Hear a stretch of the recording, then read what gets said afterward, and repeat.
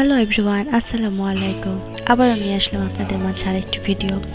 তো আমি ভাবছি আজকে তেলাপিয়া মাছ রান্না করব, কিন্তু এখানে আম্মুকে জিজ্ঞাসা করলাম, আচ্ছা আম্মু, তেলাপিয়া মাছ যে নিলা সেটা কোথায়?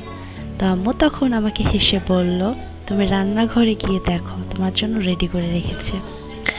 তো যাই হোক, তখনই একটা দৌড় দিলাম রান্নাঘরে, কারণ তেলাপিয়া মাছের আজকে তেল ঝাল বানাবো এই জন্য।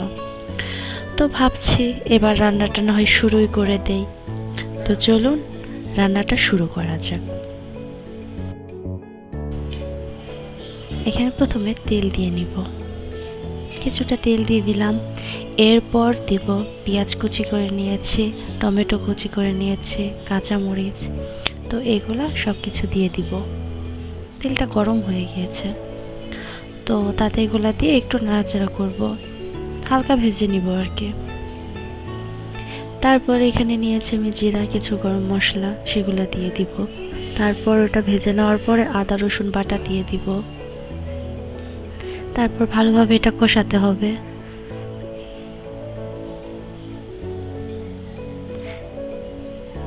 ভালোভাবে না কষালে গন্ধটা থেকে যাবে আদা রসুনের। তো এটা ভালোভাবে আমি তেল উপরে উঠে আসা পর্যন্ত নাড়াচাড়া করতে থাকবো।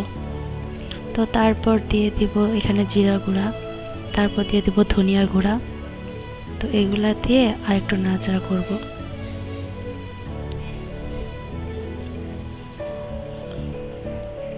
এই তো আমার ধনিয়া জিরা গুঁড়া দেওয়া সবগুলো কমপ্লিট। তো আর একটু নাড়াচাড়া করব। এবার পরিমাণ মতো একটু পানি দিয়ে আর একটু কষায় নিব এগুলা, উপরে তেল উঠে আসা পর্যন্ত। তারপর এখানে দিয়ে দিব মরিচের গুঁড়া, হলুদের গুঁড়া, লবণ পরিমাণ মতো। এগুলা দেওয়ার পরে মাছটা দিয়ে দিব একটু কষায় নিয়ে। তো এই তো কিছুক্ষণ ঢাকনা দিয়ে রেখেছিলাম। তারপর ঢাকনা ওঠানোর পর দেখি এই অবস্থা। তো তারপর আবার একটু পানি দিলাম মাছটা সেদ্ধ করার জন্য। তো এই তো মোটামুটি মাছ আমার কমপ্লিট। ভিডিওটি ভালো লাগলে like, comment, share and subscribe করতে ভুলবেন না। Thank you.